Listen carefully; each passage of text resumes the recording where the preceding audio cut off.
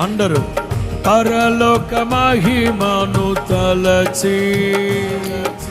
నీ పాద పద్మములపై ఒరిగి పరలోక మహిమను నీ పాద పద్మములపై ఒరిగి పరలోక సైన్య పాడాలి నిత్యారాధననే చేయు పాడాలి పరలోక సైన్య సమూహాలతో కలిసి నిత్యారాధననే చేయు ప్రశాంత వేళ రెండు చేతులు ఆరాధన